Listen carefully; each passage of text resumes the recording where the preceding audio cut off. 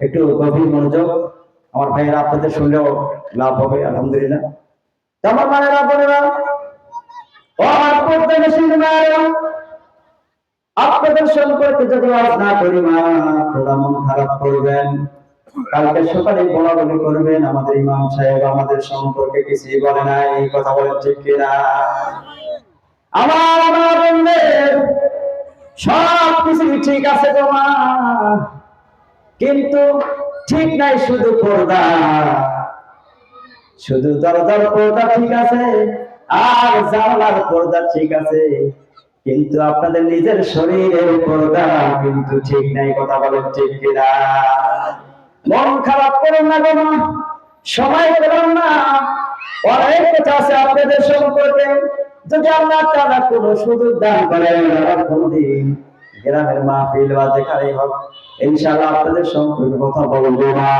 ও মা, নবীজির পায়ে সেজদা করে যখন একটা হরিণ যখন আসে নবীর পায়ে সেজদা দিল, আর সাহাবীরা বলল, হুজুর আমরা আপনাকে এত দরদ করি, এত ভালোবাসি, এত মহব্বত করি, আপনার পায়ে একটা হরিণ এসে যদি সেজদা করতে পারে, আমরা কেন আপনাকে সেজদা করতে পারবো না?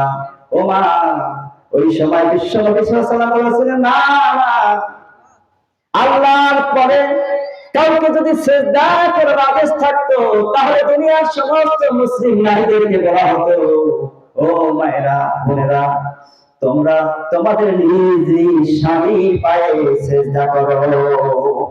ও মা, কত গুরুত্বপূর্ণ কথা বলো মা। আপনাদের জান্নাতে যাওয়া খুব সহজ গো মা।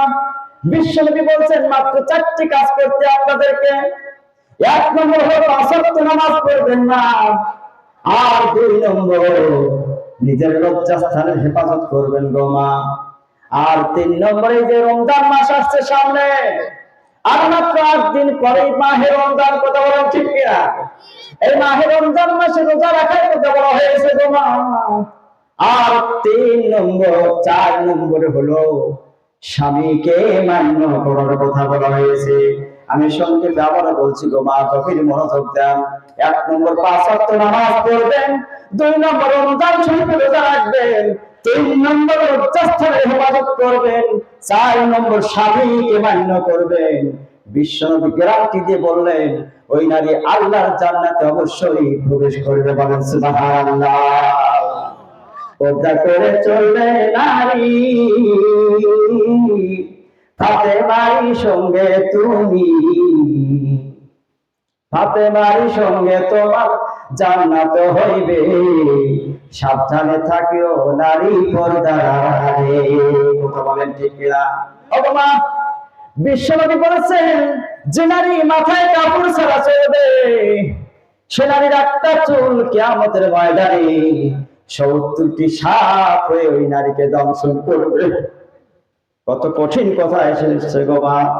আপনাদেরকে বলি, আমরা মুসলমান, আমরা আপনাদের স্বামী হিসেবে বলি তোমরা পর্দায় থাকো। যদি বলি ডাইনে যাও, আপনারা কিন্তু বাম দিকে যাওয়া থাকেন। যদি বলি বাম দিকে যান, আপনারা ডান দিকে যেয়ে থাকেন। যদি বলি পেছনে থাকো, আপনারা কিন্তু সামনে যাওয়া থাকে। ও মা, স্বামীকে মান্য করে কথা বিশ্ব নবী সাল্লাল্লাহু আলাইহি ওয়াসাল্লাম বলেছেন। এজন্য কবি বলেছেন, আসি আমরা এরকম জামানায়, লাজ শরম গেছে হারায়, পাতলা শাড়ির বাহার, পাখি দেশ লেহেঙ্গা, পোশাক দেখলে নারীর লাজে মরে যায়। হায় হায়, আসি আমরা এরকম জামানায়, লাজ শরম গেছে হারায়, কথা বলেন ঠিক কিনা? সারা দুনিয়ার সমস্ত মানুষের নেকি যদি এক পাল্লা রাখা হয়, আর বিশ্বনবীর সাহাবী একজন সাহাবী, সেই সাহাবীর নেকি যদি এক পাল্লায় রাখা হয়, সারা দুনিয়ার সমস্ত মানুষের নেকির পাল্লা পাতলা হয়ে যাবে, আর এই একজন সাহাবীর নেকির পাল্লাটা বেশি ভারী হয়ে যাবে। সেই সাহাবীর নাম কি বলুন তো? সাইয়েদনা আবু বকর সিদ্দিক রাদিয়াল্লাহু তাআলা, কথা বলেন ঠিক কিনা? সাইয়েদনা আবু বকর সিদ্দিক রাদিয়াল্লাহু তাআলা এর কন্যা তার মেয়ে আসমা রাদিয়াল্লাহু তাআলা মাত্র 17 দিনের পরে ইসলাম গ্রহণ করেছে। মাত্র 17 জন বিশ্ব নবী সাল্লাল্লাহু আলাইহি ওয়াসাল্লামের কাছে গিয়ে বলেন, ইয়া রাসূলুল্লাহ সাল্লাল্লাহু আলাইহি ওয়াসাল্লাম, আমি মুসলমান নারীদের পক্ষ থেকে এসেছি হুজুর। আমরা পর্দার আড়ালে থাকি আর স্বামীর খেদমত করি এবং সন্তান গর্ভে ধারণ করে থাকি, আর মুসলমান পুরুষগণ 5 ওয়াক্ত নামাজ জামাতের সাথে আদায় করে, জুমার নামাজ জামাতের সাথে আদায় করে, রোগীর দেখাশোনা করে, আবার জানাজা নামাজে শরীক হয়, হজের পর হজ করে, জিহাদ করে, এত বড় বড় আমল তারা করে। আমরা নারী জাতি, আমরা কি তাদের সমান সওয়াবের ভাগীদার হতে পারি না? এই প্রশ্ন যখন বিশ্বনবী সাল্লাল্লাহু আলাইহি ওয়াসাল্লামের কাছে ব্যক্ত করলেন, আসমা রাদিয়াল্লাহু তাআলা আনহার কথার জবাবে বিশ্বনবী সাল্লাল্লাহু আলাইহি ওয়াসাল্লাম মুখ ঘুরে সাহাবীদেরকে বললেন, ও সাহাবী, তোমরা কোনদিন এরকম নারী জাতিকে প্রশ্ন করতে পারো? তোমরা শুনেছো কি? সাহাবীরা একবারকে বললেন, হুজুর, নারী জাতিতে এরকম প্রশ্ন করতে পারেন আমরা কোনদিন কল্পনা করতে পারি নাই।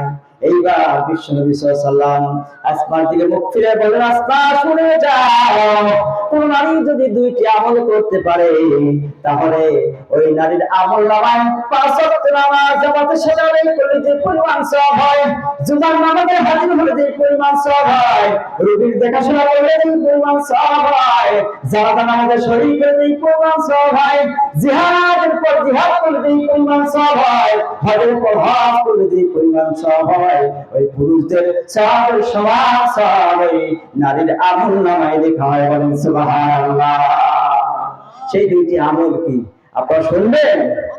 আসলে সমানেই বাজান, আসলে সমানে। বিশ্বাস করেন, আমার খুব আশা ছিল যে মা বোনদের সম্পর্কে খুব ভালোভাবে বয়ান করব, আর আমার প্রাণপ্রিয় মুসল্লি আপনারা আমি খুব দরদ করেন, মহব্বত করেন, আপনাদেরকে ভালোভাবে শোনাবো। কিন্তু আসলে বসতে বসতে যখন একটা অটাইমে বসায় দিয়েছেন তখনই আমার মনে এলোমেলো হয়ে গেছে।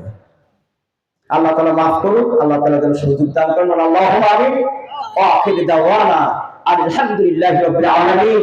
আসসালামু আলাইকুম ওয়া রাহমাতুল্লাহি ওয়া বারাকাতুহু।